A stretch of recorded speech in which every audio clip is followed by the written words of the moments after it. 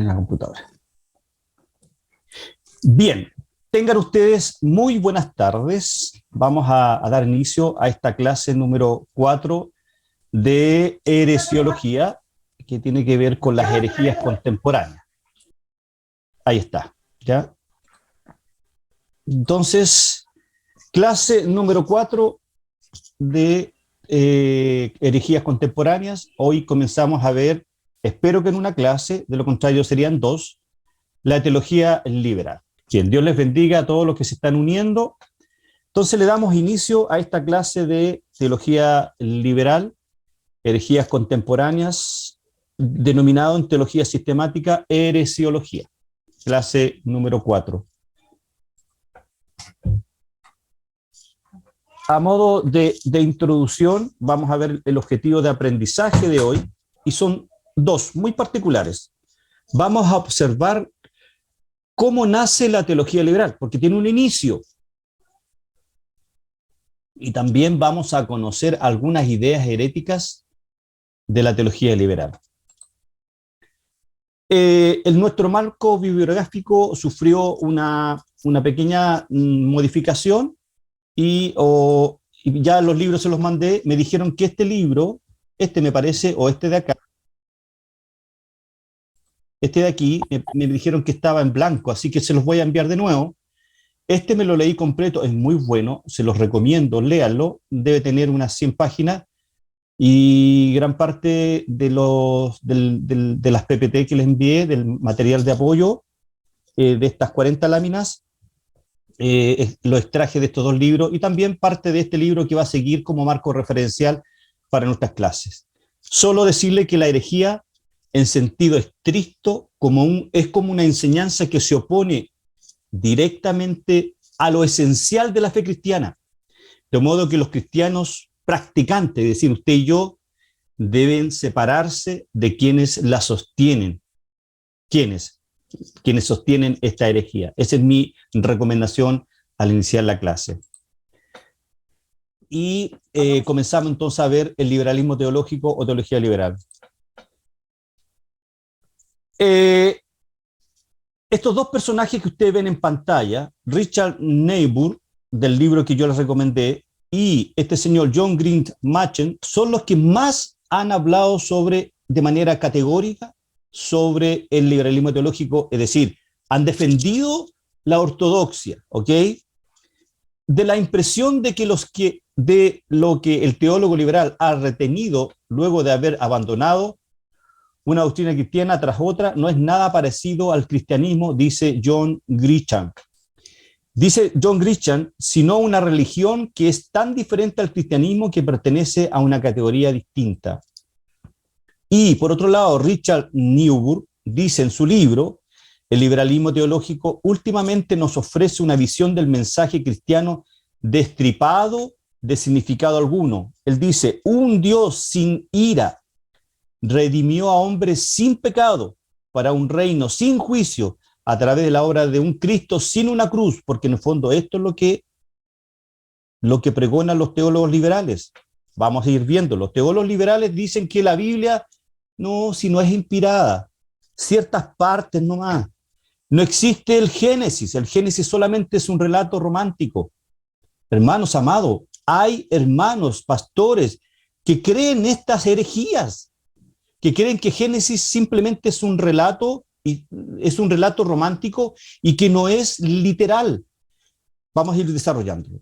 Por lo tanto, de ahí a que dentro del círculo de teólogos liberales la doctrina tienda a ser reemplazada por la experiencia. ¿Les suena familiar? No, pues si la mucha letra mata. Pues. Dicho más bonito, reemplazan la palabra de Dios por la experiencia.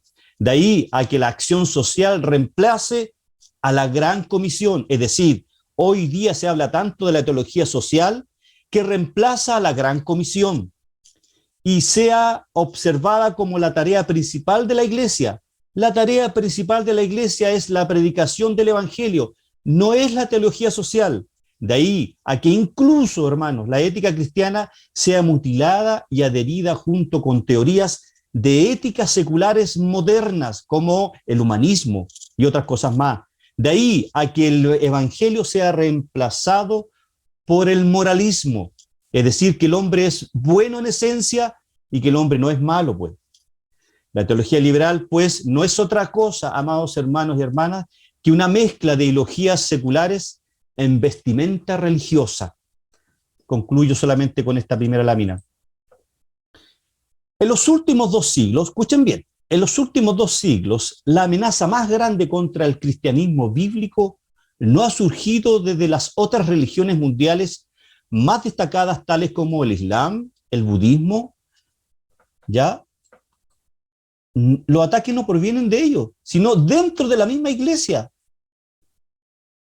Es el peligro de la teología liberal. Y en la medida que desarrollemos esta idea, usted va a ir confirmando, creo yo, lo que estamos viendo, la cual, haciéndose pasar por cristiana, niega prácticamente todo lo que enseña la palabra de Dios. Fíjese que la teología liberal vació una gran parte de las iglesias protestantes de Europa a lo largo de los siglos XIX y XX. Si usted va a Europa, ya no hay muchas iglesias, las iglesias ortodoxas, las iglesias históricas, están vacías. ¿Por qué? Por la teología liberal. Y ahora está haciendo exactamente lo mismo en países como los Estados Unidos y de a poquitito está entrando en Latinoamérica. Si los pastores y los maestros y hermanos no están preparados ni arraigados en las grandes verdades de las Escrituras, le voy a confesar algo. Abro paréntesis. Una hermana una hermana que conozco me dijo, al aprender las doctrinas elementales de la fe cristiana, cada vez que ahora escucho mensajes en redes sociales, los filtro, porque me estoy dando cuenta de que estaba escuchando puras herejías. Cierro paréntesis. Entonces, si los pastores no estamos preparados ni arraigados en las grandes verdades de la Escritura, digo pastor y maestro, estamos en peligro de permitir que esta teología pervierta y desvíe lo que el Señor está haciendo en nuestras generaciones, sobre todo en el mundo hispano. Bill Johnson argumentó que el primer liberal en la historia fue Roboam, el malvado rey de Israel. ¿Se acuerdan? Ahí en Segunda de Crónicas 10:8 dice, mas él, dejando el consejo que le dieron, Roboam, dejando el consejo que le dieron los ancianos, es decir, los maestros, los que tenían el conocimiento de la Torá, tomó consejo con los jóvenes que se habían criado con él y que estaban a su servicio. Es decir, dejó el consejo sabio de la Torá que tenían los ancianos y se dedicó a otra cosa. Fíjese que, hermanos amados, en la enseñanza liberal cristiana, que de cristiana no tiene nada, no es para nada cristiana. La razón del hombre es enfatizada y tratada como la autoridad final. Los teólogos liberales tratan de reconciliar al cristianismo con la ciencia secular y el pensamiento moderno, es decir, el humanismo, el relativismo, todos los ismos que han existido en la historia. De esta manera, tratan la ciencia como omnisciente y la Biblia como falsa y cargada de fábulas. Ellos dicen, lo vamos a ver, que la ciencia ha descubierto ideas que no están plasmadas en las Escrituras. Ojo, es al revés. La ciencia ha descubierto cosas elementales para la ciencia. Es más, abro paréntesis, hoy día hay una teoría que no es ciencia, es una teoría que no ha sido comprobada del famoso el Big Bang, ¿cierto? Que hubo un inicio del universo y este universo se empezó a expandir de manera muy lenta. Resulta que hace 2 semanas atrás, ¿cierto? Este famoso telescopio lunar que anda a miles de kilómetros de la Tierra, mandó unas imágenes y los científicos quedaron anonadados con lo que vieron. se dieron cuenta que el universo se está expandiendo a una velocidad alarmante. O sea, se le está destruyendo toda su teoría. Por lo tanto, amados hermanos, la ciencia jamás puede reemplazar a la Biblia. La ciencia no es omnisciente. La humanidad no es vista, creo yo, como totalmente depravada, dicen los teólogos, y por lo tanto Amén. los teólogos liberales tienen una visión optimista del futuro de la humanidad. No, pues, muy por el contrario. Es pesimista la unidad que debemos tomar. Y hablando de Roboán, ¿cierto? Recuerden, no quiso aprender de la sabiduría de los ancianos de su pueblo, sino que consultó a quienes, a los jóvenes idealistas, a los jóvenes que están con... Los jóvenes son ideales, los jóvenes son osados, son atrevidos, pero no tienen el conocimiento y no tienen la sabiduría que tiene un anciano. Por algo Dios dejó en las iglesias locales ancianos, con ciertas características que están ahí en Timoteo y en Tito. Bueno, en este sentido, amados, la mentalidad del neoliberalismo postmoderno es tan antigua como Roboán. Roboán no quiso seguir la palabra de Dios, sino los caprichos de su propio corazón. ¿Le suena familiar? Quiero seguir el impulso. ¿Se acuerdan el video que veíamos la semana pasada de Maldonado? La Biblia es importante, sí, pero es más importante la revelación que yo reciba directamente de Dios en estos tiempos. ¿Se acuerdan lo que decía en el video que les puse la semana pasada? Roboán no anda muy lejos de eso. Roboán se enfocó en el ego, no en Dios, creo yo. Vamos aquí. Siguiendo los pasos de... Perdón.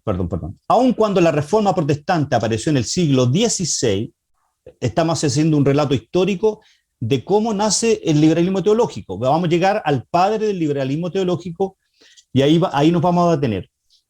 Aun cuando la Reforma Protestante, amados hermanos, apareció en el siglo XVI con el poder de la palabra de Dios acompañándola, surgió un grupo sectario y herético, los socianismos, el cual negó prácticamente todas las doctrinas distintivamente cristianas a causa de su escepticismo. Siguiendo los pasos de Fautus Socinius, ya ahí en el siglo XVI, los socianinos echaron fuera un sinfín de enseñanzas cristianas de su pensamiento teológico, como por ejemplo, no existe la Trinidad, Cristo no es divino, escuchen bien, Cristo no es divino, y si no es divino, cae todo el pensamiento teológico del Evangelio. El pecado original, no existe el pecado original, porque como no creen en Génesis como un relato histórico, un relato literal, no hay pecado original. Por lo tanto, si no hay pecado original, ¿a qué vino Cristo a salvarnos? Si Cristo nos vino a salvar del pecado original, pues. Acuérdense en Romanos capítulo 5, el verso 18-19. Y también no creen o echan por mano la obra vicaria de Cristo en la cruz. Si nos remontamos a la historia de la iglesia primitiva, nos topamos con un archiconocido liberal con el nombre de Marción. Los que estudiaron con nuestro pastor Jorge se deben acordar de Marción, los marcionitas. En el año 160, 158 por ahí, este señor solo creía en el amor de Dios y veía al Dios del Antiguo Testamento como un Dios cruel, porque indudablemente que en el Antiguo Testamento hay relatos crueles, pero todo tiene su contexto. Por favor, apaguen los micrófonos, se los pido, muchas gracias. La postura liberal le llevó a negar la literalidad. La postura liberal le llevó a negar la literalidad del nacimiento de Cristo, su muerte y resurrección. Pero aún antes de los días de Marción había teólogos liberales en los días del Señor. Se llamaban los saduceos. Fíjese que los saduceos, una vez más, su escepticismo y su pensamiento antropocéntrico. ¿Qué significa antropocéntrico? Que pensaban en sí mismos. Es decir, solo existían ellos, lo que creían ellos, y dejaban afuera lo que Dios decía respecto al acontecimiento que estaba viviendo, como era el despertar, en este caso, del Mesías que estaba con ellos.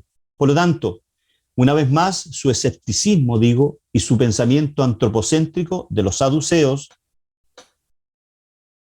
estaba hablando del Nuevo Testamento, ojo, y su pensamiento antropocéntrico, digo, hicieron que los saduceos dudasen de la revelación de Dios. No tomaron en cuenta Isaías 52, no tomaron en cuenta Isaías 6, o sea, no tomaron en cuenta nada de lo que decían los profetas sobre el Mesías. A diferencia de Cristo, los saduceos no creían en la resurrección de los muertos ni en la existencia de los ángeles. Hay textos que podemos analizar en otra ocasión. Me voy a saltar esto porque esto es introducción solamente y veamos ahora, entremos de plano en algo de historia. Este señor, para los que han estudiado filosofía, este señor es el gran filósofo de la Edad Media, pasadito de la Edad Media, el Renacimiento. Aunque existieron algunos antecedentes del pensamiento teológico liberal, este se hizo evidente a partir del Renacimiento, cuando se desarrolló cierta curiosidad por encontrar la esencia del hombre y se despertó un mayor estudio del espíritu humano. Este señor fue el que dijo, primero pienso y luego existo, una cosa así, no me acuerdo muy bien, está más adelante. Pero el liberalismo teológico moderno en realidad comenzó con el filósofo y matemático René Descartes. Esta primera fase, llamada racionalismo o ilustración, la época de la ilustración, acuérdense, duró aproximadamente hasta mediados del siglo XVIII, al designar el yo pensante como la sustancia primaria a partir de la cual debía deducirse la existencia de otras realidades. Es decir, yo tengo que pensar, yo pienso, yo solo pienso, y luego existo, yo pienso, luego existo. La Biblia nos dice que nosotros tenemos el Dei de Dios, es decir, primero existimos y después pensamos. O sea, todo lo contrario al pensamiento de Descartes. Las muchas personas que influyeron en el pensamiento religioso en este periodo, el primer periodo de la teología liberal, filósofos como Baruch, Spinoza, Leibniz y otros más, hermanos, ¿ya? Y todos ellos, algunos eran deístas. ¿Qué significa? Este término es necesario que se lo aclare. El deísmo quiere decir que Dios, que ellos creen, algunos creen en Dios, pero es un Dios ajeno, que no interviene en los asuntos de su creación. Es un Dios que se mantiene ajeno a los acontecimientos que existen en la tierra, por lo tanto es un Dios ajeno, en el fondo. Eso es lo que dicen los deístas, ¿ya? Contrario a los teístas, que sí creemos que Dios está en medio nuestro, siendo parte importante de nuestras vidas, determinando el caminar de una sociedad, de un país en particular, determinando la vida de una iglesia local en particular. Ese es el Dios teísta, el que está en medio de su creación, ¿ya? Otra cosa importante. Luego vemos la época del romanticismo. Nos saltamos ya un par de años y llegamos al romanticismo. Duró desde finales del siglo XVIII, acuérdense que la época de la Ilustración llega hasta el siglo XVIII y comienza la época del romanticismo hasta el siglo XIX. Las revoluciones estadounidenses y francesas propiciaron el símbolo de este espíritu de independencia y lo ejemplificaron en las acciones políticas. Jean-Jacques Rousseau, este señor, este caballero que está ahí, y Emmanuel Kant, aquí ya, este señor ya el que empezó a bajar la escoba, ¿ya? Este fue el señor que dijo, pienso, luego existo, ¿ya? Con sus innovaciones en el campo de la filosofía, fueron los arquitectos del liberalismo romántico. Kant separó la razón de la fe, es decir, el hombre era débil si tenía fe, pero era fuerte si pensaba y exaltaba al yo mismo. De ahí nace, ¿cierto? De ahí se toma mucho Friedrich Nietzsche, que Friedrich Nietzsche, ¿cierto? Un filósofo, un psicólogo, un psiquiatra de los años 20, 30, él fue, más adelante lo vamos a ver. ¿ya? Sin importar si sus antecedentes estaban en las tradiciones protestantes o católicas. Dice este señor Emmanuel Kant, solo lo que podía ser demostrado por la razón o aprendido mediante métodos científicos debía ser calificado como conocimiento. Por lo tanto, la Biblia para Kant era solo un relato romántico que no podía ser demostrado porque lo primero era pensar y después la fe. ¿Se entiende? En realidad fue Descartes y no Kant el que empezó la ilustración, como le decía, ya que el francés se atrevió a pensar por sí mismo, independiente de cualquier otra autoridad. Por lo tanto, hermanos, lo que hizo Kant negó la literalidad de la caída del hombre y la propuso como una idealización moralista de cómo todas las personas corrompen sus disposiciones morales. Es decir, yo puedo ser malo, ¿cierto? Y puedo corromper a mis hijos. Eso es lo que dice Kant. Pero mis hijos no son malos porque yo les infundí lo malo, sino que mis hijos son malos porque heredan el pecado original de Adán. ¿Se entiende? Bueno, vamos a ir viendo un poquito más de eso. Para justificar sus divergencias con el cristianismo ortodoxo, ¿se acuerdan lo que era? ¿Quién me puede decir qué es el cristianismo ortodoxo? Aquí me voy a detener un poquitito. Por un punto, para la prueba final, ¿quién me puede decir lo que es el cristianismo ortodoxo? ¿O qué es lo que es la ortodoxia? Uno solo nomás. Es La sana doctrina. conservar la sana doctrina, ¿Ya? que conservan el esfuerzo que han hecho los concilios para conservar la sana doctrina. Perfecto. ¿Y qué es lo que hace Kant? No está ni ahí con los concilios, ni con los credos, ni con las confesiones. Dice, no, eso es simplemente romanticismo. Volvamos, muchas gracias. Ambos tienen un punto base para la prueba. Me parezco al profesor Baster que está ahí entre nosotros.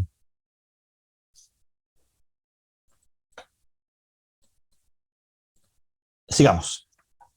Kant dijo que siempre que la Biblia difiere de nuestra razón, ok, ojo, Kant decía que mientras la Biblia difiere de nuestra razón, debemos ajustar el texto a principios racionales. Por ejemplo, yo no creo en los milagros. No, perdón, yo creo en los milagros.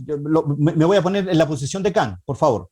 Yo no creo en los milagros, pero difiero de la Biblia, porque la Biblia dice que existen los milagros. Entonces yo debo ajustar el texto de la Biblia a mis principios racionales. ¿Se entiende? Por lo tanto, no creo en los milagros. Y todo lo que estaba en la Biblia que contradice mi razón, debo ajustar el texto bíblico a mis principios racionales. ¡Qué osadía! También formuló la distinción moderna entre el pastor y el erudito. Me explico. Aquí en parte estoy de acuerdo con este señor. Me pasé, po. En parte estoy de acuerdo con este señor, porque él dice, formuló la distinción moderna entre el pastor y el erudito. Si bien el clero está moralmente obligado a defender las confesiones históricas de sus respectivas iglesias, por otra parte, dice él, los eruditos serían libres de criticar y publicar sus hallazgos basados en criterios modernos. Y aquí es donde yo difiero con él. Si bien es cierto, amados hermanos, yo estoy de acuerdo que el pastor debe ser un erudito de las Escrituras, pero no en los términos que dice Kant. Kant dice, hey, el erudito puede perfectamente criticar o cambiar la verdad bíblica, porque es un erudito, ha pasado toda su vida estudiando y puede ajustar el texto bíblico a los principios racionales. Esta distinción estableció el precedente para un doble estándar de verdad. Primero, entre lo que la Iglesia enseñaba basado en la revelación bíblica, que esto es la doctrina ortodoxa, versus la teología emergente basada en criterios racionales. Esto es lo que hace Kant. Kant dice, hey, por un lado está la doctrina ortodoxa, Pero si la doctrina ortodoxa no está bajo mis principios racionales, yo debo ajustar el texto. Y se forma, por lo tanto, la teología emergente basada en criterios racionales y no en criterios ortodoxos. Vean lo peligroso que es esto. O sea, me echo al bolsillo la confesión de fe de Westminster, me echo al bolsillo todo lo que vimos en la primera clase. ¿Se acuerdan lo que vimos sobre lo que eran las confesiones de fe y los credos históricos? Que en el fondo ahí estaba el sustento histórico y teológico de la teología evangélica. Y es lo que dice Kant. Yo baso mi verdad en principios racionales, y si está en contra de lo que dice la doctrina ortodoxa, yo debo ajustarlo al texto bíblico. Qué peligroso, ¿eh?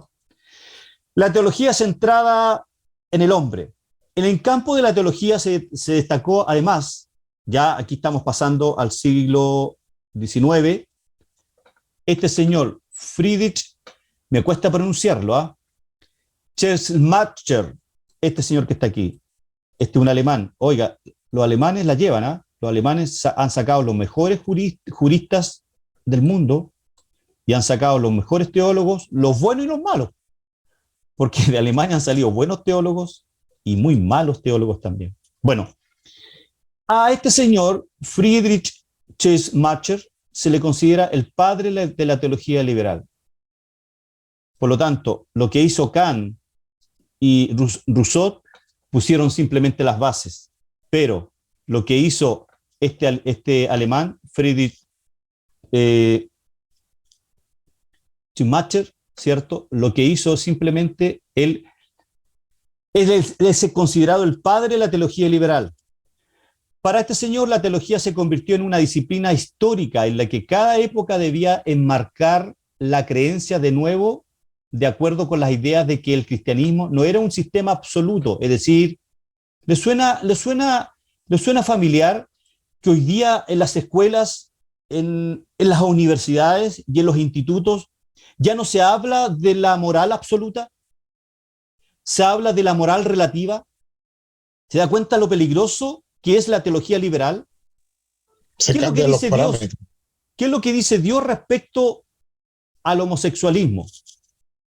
Dice que es un pecado, con letras, clara y preciso. Dice que la homosexualidad es un pecado, desde Génesis y Apocalipsis, pero hoy día se ha relativizado el concepto de pecado. Y pobre que alguien diga que un homosexual es pecador. ¿Se da cuenta que lo que hace el padre de la teología liberal? Relativizó la verdad absoluta.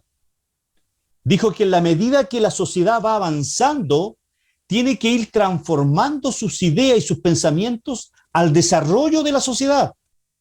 Dice que debe ser una forma de vida en continuo desarrollo. Para este personaje, Schleiermacher, la iglesia debía ser la mediadora entre la conciencia de Dios en las generaciones posteriores. La formación ministerial para él se trataba principalmente de estudios académicos críticos, utilizando nuevos métodos hermenéuticos que debían reemplazar el método histórico gramatical. Y aquí me quiero detener. Este señor dijo que en la medida que la iglesia va avanzando en la evolución, para mí, involución de la sociedad, de una moral absoluta a una moral relativa, dice que los métodos de interpretación tenían que ir cambiando en la medida que la sociedad va cambiando. Pero permítame decirle a este señor Schleiermacher y a todos los que de una u otra manera abrazan la teología liberal, que conozco varios, el método histórico gramatical lo voy a explicar de qué se trata.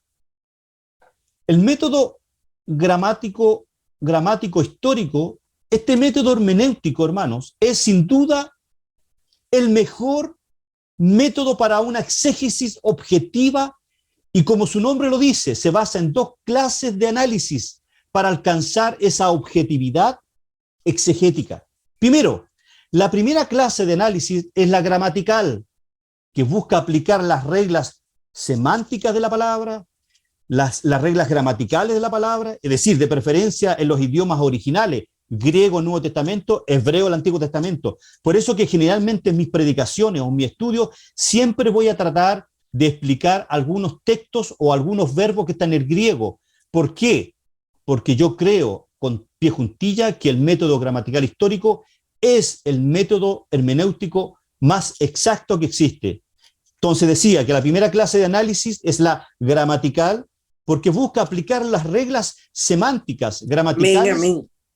de preferencia en los idiomas originales, griego y hebreo, en las evidencias literarias y de contexto al pasaje bíblico, contexto inmediato, contexto del libro, contexto del capítulo, contexto de la Biblia.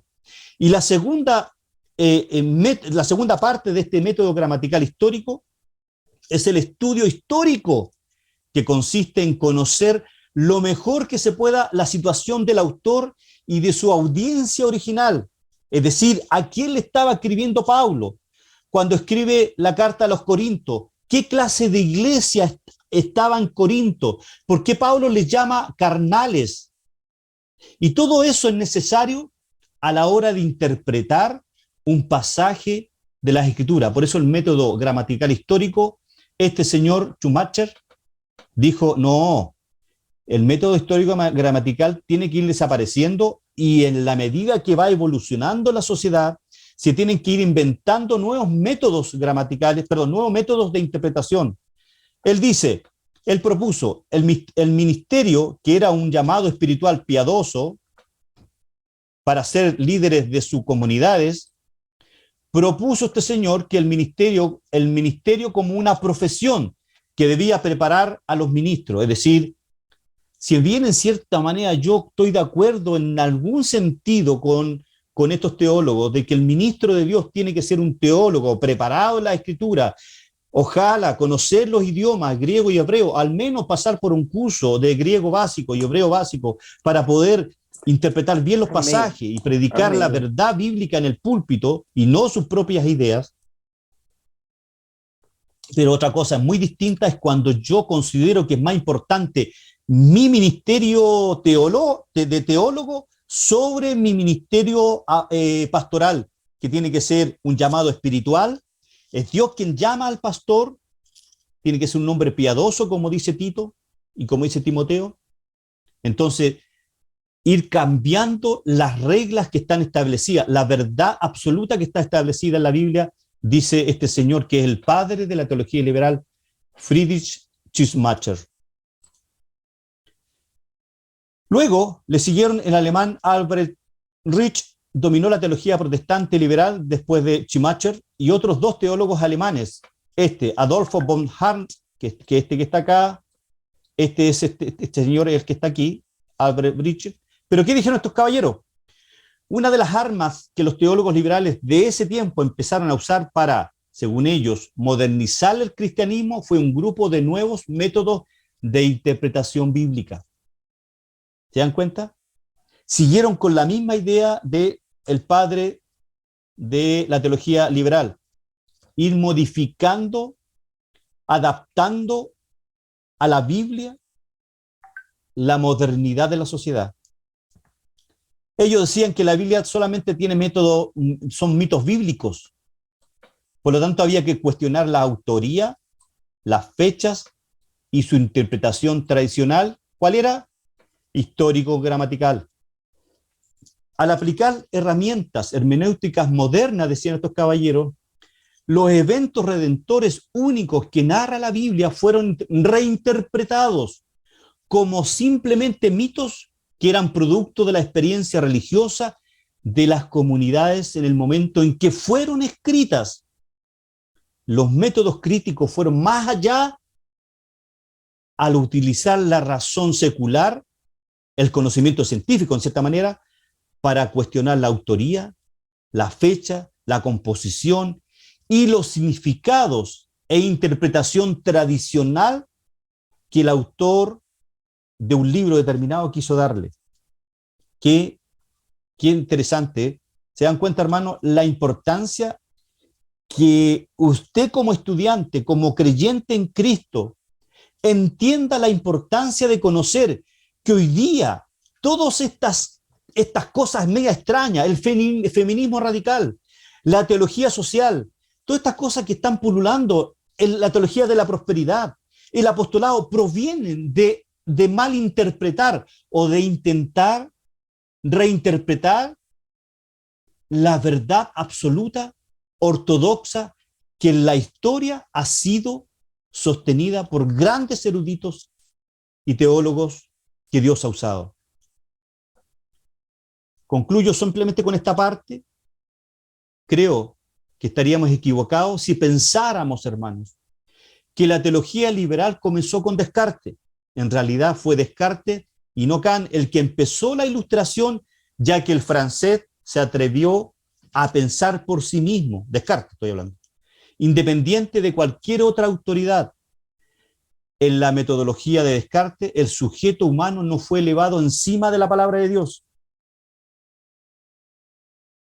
¿Se entiende? Decía Descartes que el sujeto humano está sobre la palabra de Dios.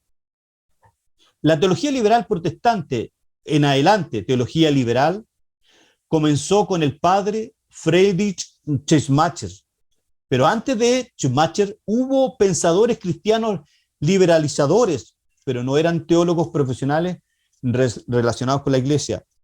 Así que, hermanos, en un intento de poder aclarar todas estas ideas que tenemos en los últimos, digo yo, los últimos 50 años, recordemos que el feminismo radical nace en el año 25, después eso lo voy a explicar más adelante, en la próxima clase. Están destruyendo la fe de miles de creyentes. Es más importante hoy día la teología social, es más importante la teología política hoy día que predicar el evangelio de Cristo. ¿Por qué? Porque según estos teólogos, no sé si llaman a teólogos cristianos, pero teólogos cristianos no lo son, según estos personajes que hemos visto, el creyente debe ir adaptándose a los cambios sociales, tiene que ir adaptándose a los cambios que la sociedad vaya evolucionando. Veamos algunas contradicciones y en 10 minutitos más. Algunas contradicciones. Alcancé a estudiar 10 de ellas, voy a tratar de ver algunas que creo que son importantes. La teología liberal no cree en la infalibilidad de la bíblica. Wow, esta es la primera y la más importante. El punto de partida para la teología liberal no es la voz del Señor la cual se revela en las Escrituras, sino la razón humana. Ellos no creen en 2 de Timoteo 3:16, cuando dice que toda la Escritura es soplada, esteneusto en el griego, es soplada por Dios. Por esta razón, los liberales sacrifican cualquier enseñanza que no cuadre con su forma de razonar. Esta observación explica la razón por la que el alemán Rudolf Bultmann propuso su método de desmitologización, mediante el cual negó todos los milagros. Está leyendo bien, hermano, ¿cierto? Estos personajes negaron todos los milagros registrados en la Biblia en el nombre de la racionalidad moderna. En palabras de Bultmann, no se puede utilizar la luz eléctrica y la radio, usar medicamentos y medios clínicos modernos en caso de enfermedad, y al mismo tiempo creer en el mundo de espíritus y de los milagros del Nuevo Testamento. Para el liberal, en primer lugar está la razón y luego la revelación de Dios. Sin embargo, la ortodoxa reformada y luterana, y podría decir presbiteriana también, puso en alto el principio de la reforma de que la Escritura es la única e infalible suficiente regla de fe, enseñando que esa Escritura es también estrictamente inerrante en todo lo que afirma, es decir, que no tiene errores. Amados hermanos y hermanas en Cristo, el creyente, sin embargo, invierte este orden muchas veces, es decir, Primero, o sea, no es que lo invierta, sino que debe invertir este orden que dice este señor, que primero la razón y después la revelación. Primero está la revelación de Dios, que son esos 66 libros, sobre cualquier otra forma de pensar que usted o yo pueda tener. La Biblia está sobre sus experiencias, la Biblia está sobre sus sueños, la Biblia está sobre sus emociones, la Biblia está sobre sus sentimientos, la Biblia está sobre toda su vida. Usted debe destronar al yo en su corazón y dejar que sea el Dios soberano que entrone su vida. La idea de la teología liberal tiene casi 3 siglos de antigüedad, hermanos. Es esencial, creo yo, que la teología cristiana debe ser genuinamente cristiana sin estar basada en ninguna autoridad externa.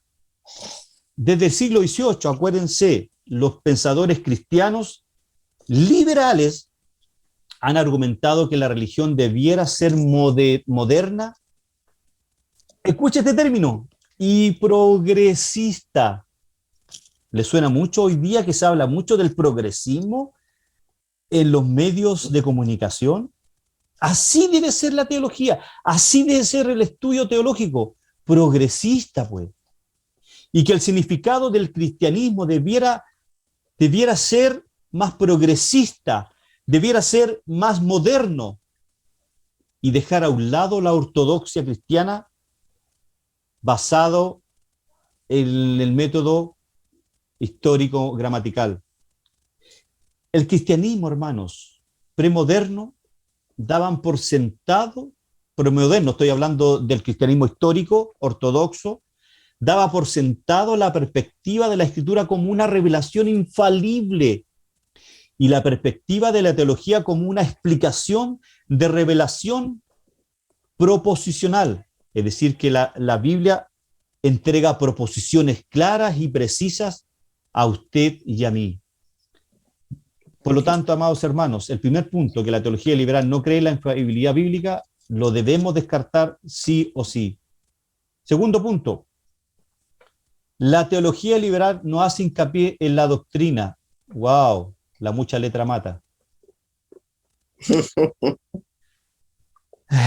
La teología liberal critica el uso de los credos, de las confesiones de fe, de los catecismos, catecismo de Westminster, el mayor, el menor, ya que dichos documentos dan por sentado la importancia de la doctrina. La meta del liberal es tener una mente abierta y por lo tanto ataca cualquier sistema que atenta contra su libertad intelectual. ¿Le suena raro, Pastor Jorge? Esa libertad intelectual que es libre, que nadie puede decirme algo contrario a mí, porque yo sé pensar, porque yo soy intelectual, puedo pensar distinto. Puesto que la verdad no se puede transmitir mediante palabras, el liberal razona que puede creer lo que bien le da la gana, no lo que dice la Escritura.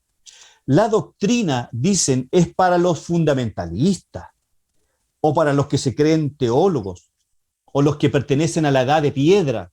A los liberales no les gusta para nada las declaraciones doctrinales empleadas en las Escrituras. Podemos leer eso. Principalmente, 1 Timoteo 3:16. Toda la Escritura es inspirada por Dios y útil para enseñar al hombre, para corregirlo, para redarguirlo, a fin de que este hombre sea enteramente preparado para toda buena obra. Algunas doctrinas que atacan fuertemente los liberales. El nacimiento virginal de Cristo. ¿Cómo se te ocurre pensar que Cristo nació virginalmente? Que la concepción de Cristo, del Jesús histórico, de ese que está en la Biblia, nació virginalmente, nació de un milagro que el Espíritu Santo... Eso es lo que dicen ellos, es una enseñanza falsa, mitológica, dicen ellos. Esto contradice directamente a Isaías 7:14 y Lucas capítulo 2, en general a todos los 4 evangelios. También dicen que Jesús no resucitó de la tumba en forma corporal. ¡Wow! ¿Y qué hago con 1 Corintios capítulo 15?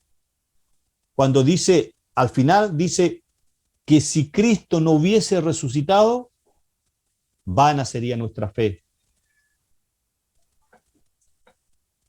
Otra cosa que ellos atacan, que Jesús fue un buen maestro moral, nada más. Pero sus seguidores, es decir, los apóstoles y los seguidores de ellos, es decir, los obispos y todos los padres patrísticos que vinieron siglos 2, 3 y 4, y nosotros, es decir, usted y yo, han tomado libertades con la historia de su vida como se registra en las Escrituras. No hubo ningún milagro sobrenatural, dicen ellos, ya que los evangelios fueron escritos muchos años más tarde y solo atribuidos a los primeros discípulos para dar mayor peso a sus enseñanzas. Esto contradice el pasaje de 2 Timoteo y la doctrina de la preservación sobrenatural de las Escrituras por Dios, hablando de 2 Timoteo 3:16. Ojo, aquí me equivoqué. ¿Dónde me equivoqué? Aquí es 2 Timoteo, por si acaso. Aquí, no es 1 Timoteo. El infierno, dicen ellos, no es real. Wow, si no hay infierno, ¿dónde se van los condenados? ¿Dónde se va Satanás? No, pero es que para los liberales Satanás no existe. ¿Se da cuenta? Y si el infierno no existe, no hay un juicio, hermanos. El hombre no está perdido en pecado y no está condenado a un futuro juicio sin una relación con Cristo mediante la fe. El hombre puede ayudarse a sí mismo. Ninguna muerte expiatoria de Cristo es necesaria, puesto que un Dios amoroso no enviaría a la gente a un lugar como el infierno, y ya que el hombre no nace en pecado, esto contradice a Jesús mismo, quien declaró ser el mismo el camino a Dios. Juan 14:6 dice: yo soy el camino y la verdad y la vida, nadie viene al Padre sino por mí.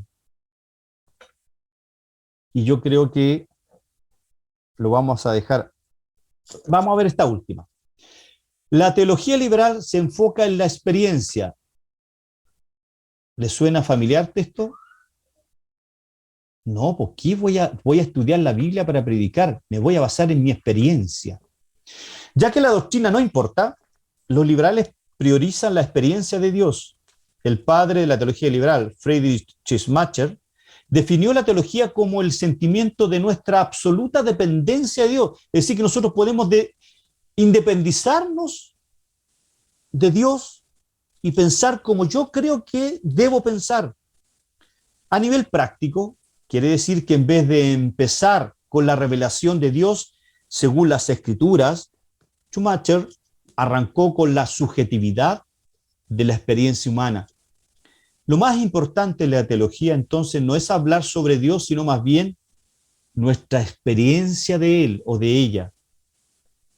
Las consecuencias de tal libertad fueron desastrosas. Schumacher negó prácticamente todas las doctrinas cardinales del cristianismo: la Trinidad, la doble naturaleza de Cristo, el Cristo hombre y el Cristo Dios, la obra expiatoria del Hijo de Dios, o sea, Romanos 5:18, que es el pasaje por excelencia, y Romanos capítulo 4, que es el que nos expresa de manera clara la obra expiatoria de Cristo, están de más. La condenación eterna para los impíos y otras que ya analizamos, ¿cierto? Y que vamos a analizar en las próximas clases. Al fin y al cabo, hermanos, con esto termino el día de hoy, al fin y al cabo, convirtió la teología en antropología. Es decir, que el hombre es el centro de todo y del mismo, y no Dios.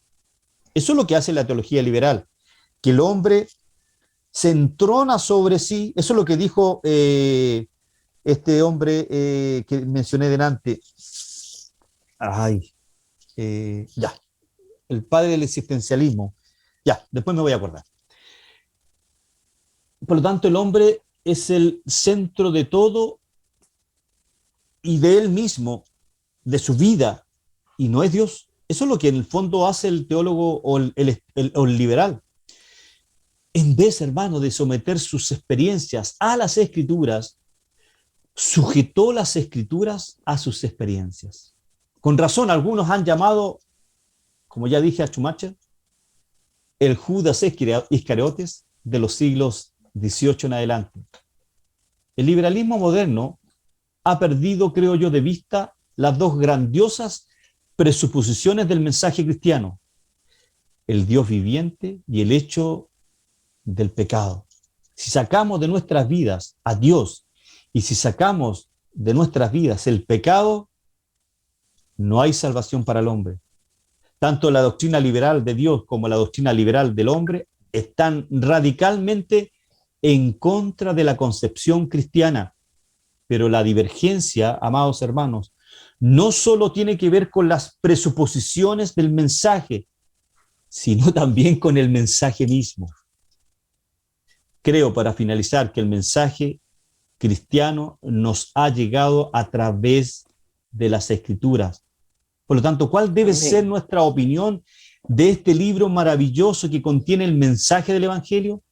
De acuerdo a la concepción cristiana, la Biblia contiene un relato de una revelación de Dios al hombre, que lo vieron con mi pastor Jorge.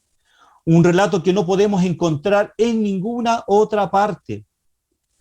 Es verdad también que la Biblia contiene una confirmación,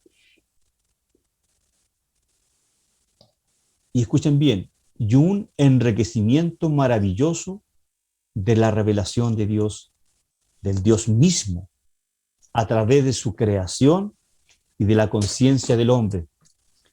¿Qué dice la Biblia? Los cielos cuentan la gloria de Dios y el firmamento anuncia la obra de sus manos. Estas palabras son una confirmación de la revelación de Dios en la naturaleza. Pablo dice: por cuanto todos pecaron y están destituidos de la gloria de Dios. Estas palabras entonces son una confirmación del testimonio de la conciencia del hombre. Pero además de tales reafirmaciones que acabo de mencionar, de lo que posiblemente pudiera aprenderse en alguna otra parte, de hecho, por la ceguera de la humanidad, muchas cosas se aprenden en otra parte, aunque solamente de una forma oscura, comparativamente hablando, como dice Pablo en 1 Corintios 2:14, el hombre natural, es decir, el hombre sin Dios, detesta la verdad de Dios, no quiere escucharle, dice que para él son locuras. Pero para mí y para usted, bendita locura. Dios les bendiga. Aleluya. Y preguntas y comentarios. Aleluya. Aleluya.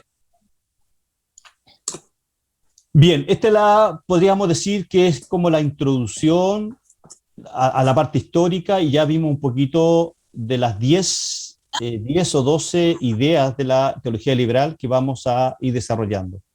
Pastor Ángel, por favor. Sí, buenas noches. ¿Se escucha bien? Sí.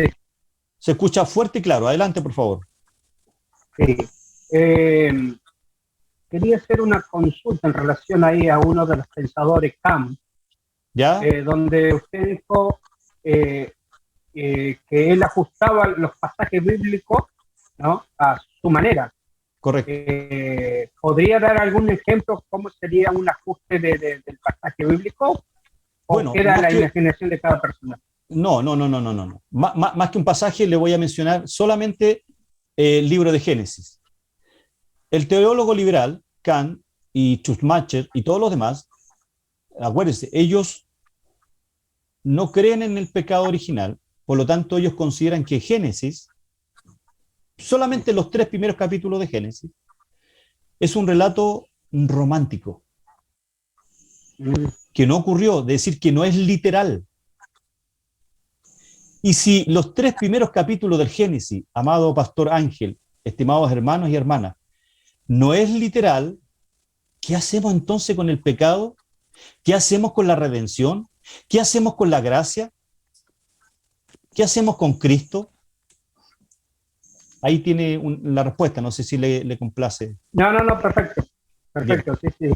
Sí. Pensé que en algún otro también lo... No, en casi todo. Por ejemplo, lo que yo le decía adelante, Romanos 3:23 dice que la paga del pecado es muerte. Es decir, ¿cómo?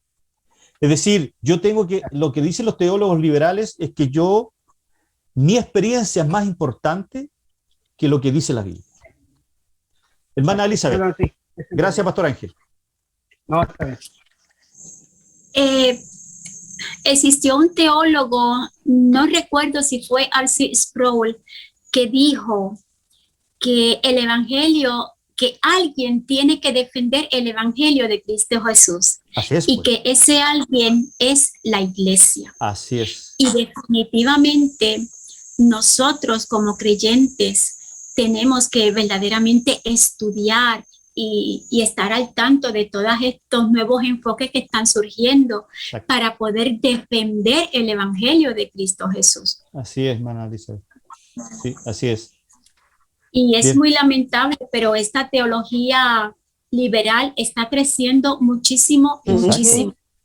Y son muchas las personas que están abandonando las iglesias tradicionales para irse a estas iglesias de teología liberal. Pero Es muy sabe, hermana Elizabeth, hoy día orando al Señor por esto, porque yo sé que esto puede traer muchos problemas a mi vida. A veces el Señor, en su soberanía y en su providencia, permite falsos maestros en las iglesias. ¿Sabe para qué?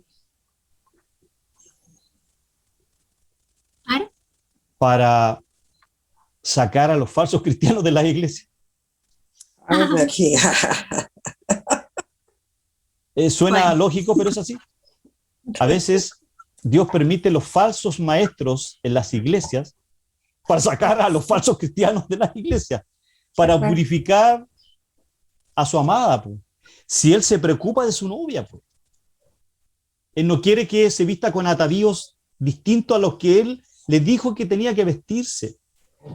Nosotros somos la novia de Cristo y Él va a proteger esa novia.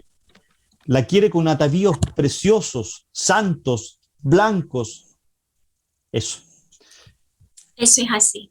Así es. Hermana Marta, por favor. Gracias, hermano Licema. Me encantó la clase. Ya, muchas gracias. fascinó. Muchas gracias. Hermana Marta. Sí, saludo. ¿Cómo se hace? Saludos de acá, saludos desde lejos.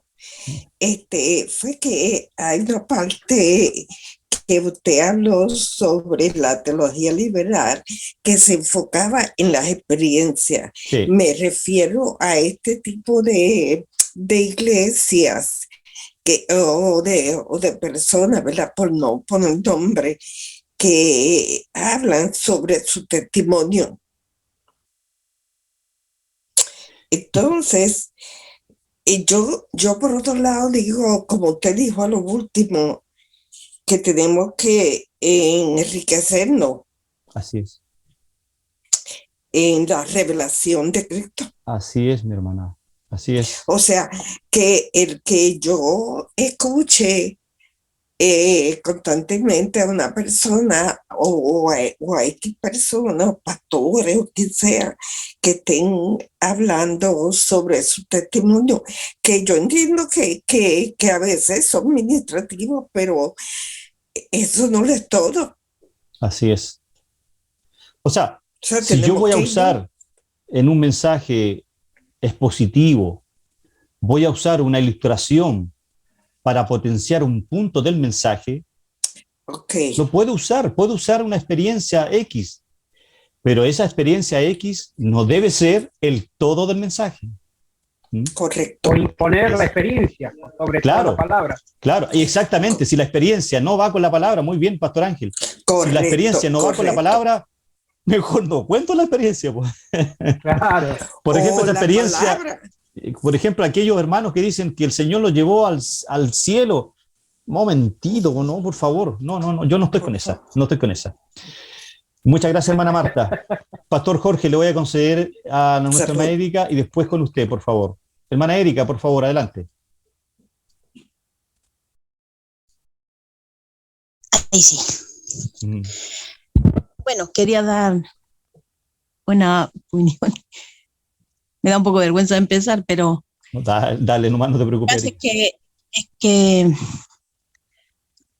yo puedo ver desde que empecé acá en el instituto que ahora yo ya no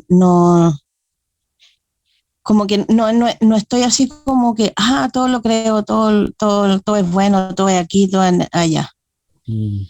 ya lo analizo, ya no es como antes que lo que decía el pastor o lo que decía el que sabía más, yo todo lo creía. Pero igual me ha servido mucho acá lo del instituto, porque a veces también se cae en eso, pues, de como que muchas ilusiones, que muchos sueños, que muchas experiencias epifánicas, si me acuerdo esa palabra. Así es. Epifanías. Claro, y entonces igual yo, hoy día igual yo puedo también conversar con mi hija, porque mi hija está en tercero medio, cuarto medio, y le pasan muchas cosas de lo que es este tipo de enseñadores filósofos. Y entonces yo uso ahí también la palabra, pues, pidiéndole a Dios que me dé sabiduría para, Amén. como decía la hermana Elizabeth, defender. Amén. Tal vez, no sé cómo dijo el predicador, quién fue, pero defender la fe, ¿cómo la defendimos? Exacto. Conociendo, sabiendo. ¿Cómo yo voy a defender algo que no tengo idea? Exacto. ¿Con qué base yo voy a defender mi postura? Entonces yo tengo que tener una base firme para defender mi postura, mi fe. Porque igual hay muchas personas que hablan cosas que te parecen bonitas, te parecen, de verdad, y hasta que pareciera que como le pasó a Eva, pues, que pareciera Exacto. que eso era una verdad que dijo Satanás. Pero si nosotros analizamos, vamos analizando, yo, gracias a Dios, Dios me ha puesto esa capacidad ahora de ser como una grabadora, pues después yo rebobino todo lo que escuché Sí, en soy la testigo casa de y ello. voy viendo, porque digo, ¿será, no será? Esto aquí, esto allá. Hasta ustedes mismos, yo a veces lo digo, ¿será o no será? A ver, ya después, si Sí, tengo un espíritu algo que no me crítico. gusta, se los digo. Tiene que ser ¿Me como los entiendes? hermanos de Berea. Debería. Sí. Entonces, yo puedo decir que a mí me ha servido mucho este instituto, porque Gloria al he Señor, aprendido a gloria al mirar Señor. con mis ojos, he aprendido no a escuchar, sino que a poner atención, Amén. a observar, porque antes solamente miraba y escuchaba, yo lo puedo decir así, y me ha servido enormemente, y más encima estos temas que no se tocan en ningún lado. No. Realmente yo soy una, como se dice, una neófita en estas cosas. Yo hay palabras que ni le entiendo a ustedes. Pero después, Usted después las busca. claro, o las busco, o si no, a veces las veo en situaciones. Entonces, y yo digo que para mí ha sido muy bueno, porque ya no vivo como en un mundo de burbuja. Aparte, Amén. igual, yo acá he conocido realmente al Señor.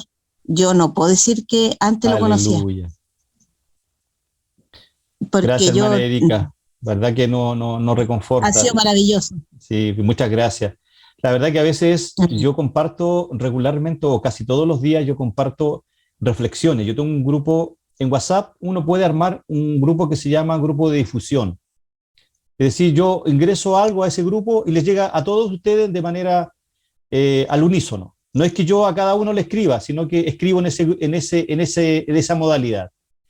Y a veces me sorprende la respuesta que me da nuestra hermana Erika, que yo digo, wow, cuánto avance ha tenido ella después casi de 2 años que lleva con nosotros. Así que la gloria es del Señor, nada más que la gloria es del Señor. Bien. Son de bendición, son Amén. de bendición. Pastor Jorge, por favor. Sí, quería mencionar o consultar, más que mencionar, dentro de los principios o dentro de lo que la teología liberal enseña a sus seguidores, está también, no sé si es correcto o no, que cambian enseñanzas bíblicas por principios políticos, hablando acerca un poco de la justicia social que la iglesia debe de perseguir, frente a situaciones de injusticia social que siempre han habido. la teología liberal respalda también un poco eso y al pensar que eso fuera así, entendería que muchos líderes y personas, lamentablemente, cuando veo me llegan sus comentarios de Facebook y algunas otras partes, parecen más analistas políticos que cristianos. Así es. Rara vez veo un pasaje bíblico, pero sí mucha basura política, porque así lo considero yo la política, mucha basura política de pro y en contra de los gobiernos, o sea, entendiendo que el gobierno que está de turno, Dios lo ha permitido con su soberana gracia, y Dios me manda a mí a orar por ese gobierno, no hacer nosotros como cristianos analistas políticos, pero lamentablemente la iglesia, o no la iglesia, líderes que abrazan la teología liberal, han cambiado sus comentarios cristianos a través de algún texto bíblico, a través de un ánimo de alguna palabra, a poder levantar una bandera política de izquierda principalmente. La derecha para mí es lo mismo, derecha e izquierda es lo mismo, pero Así es. lamentablemente en algunos líderes veo eso, y entonces podríamos quizás identificar que ellos están abrazando algunos principios literalmente de la teología liberal, ¿cierto? ¿Sería así? Así es, Pastor Jorge. Por eso es que compartí lo que vamos a ver en la próxima clase. El Evangelio social. ¿Ve? Ahí está. El Evangelio social. ¿Se ve en pantalla? Sí. ¿Sí? Bien. Esto es lo que vamos a analizar en la próxima clase, y vamos a analizar el padre del Evangelio social, que es este caballero, ¿ya? Y después vamos a analizar el modernismo, que tiene que ver con todo lo que estamos viendo también, Pastor Jorge. Pero usted tiene mucha razón, permítame, tiene mucha razón, y este tema en realidad lo hemos conversado también los dos. Hoy día se ha reemplazado mire, la única labor, escuchen bien, hermanos y hermanas, la única labor de la Iglesia de Cristo no es hacer justicia social, es predicar el Evangelio y hacer discípulos. Esa es la labor, es la única labor que Cristo le dejó a la Iglesia, ninguna otra. Ninguna otra. Es Dios quien se preocupa de los pobres, es Dios quien se preocupa de los ricos, es Dios quien se preocupa de los partidos políticos, es Dios que permite determinadas situaciones en un país. Y la iglesia como tal, el creyente, no debe tener, debe tener conciencia, sí, debe tener conciencia social, sí, tiene que ayudar a las arcas de la iglesia para hacer misericordia, eso lo tiene que hacer. Yo tiempo atrás dije dos cosas para poder dar a la iglesia, con liberalismo y con generosidad. Dios, mientras más le da a usted más tiene que bendecir a los demás, particularmente su iglesia local. Por lo tanto, el evangelio social ha distorsionado el mensaje real del evangelio. Lo vamos a ver en la próxima clase, Pastor Jorge, con más detalle. Pero ojo, el evangelio social es parte de la teología liberal.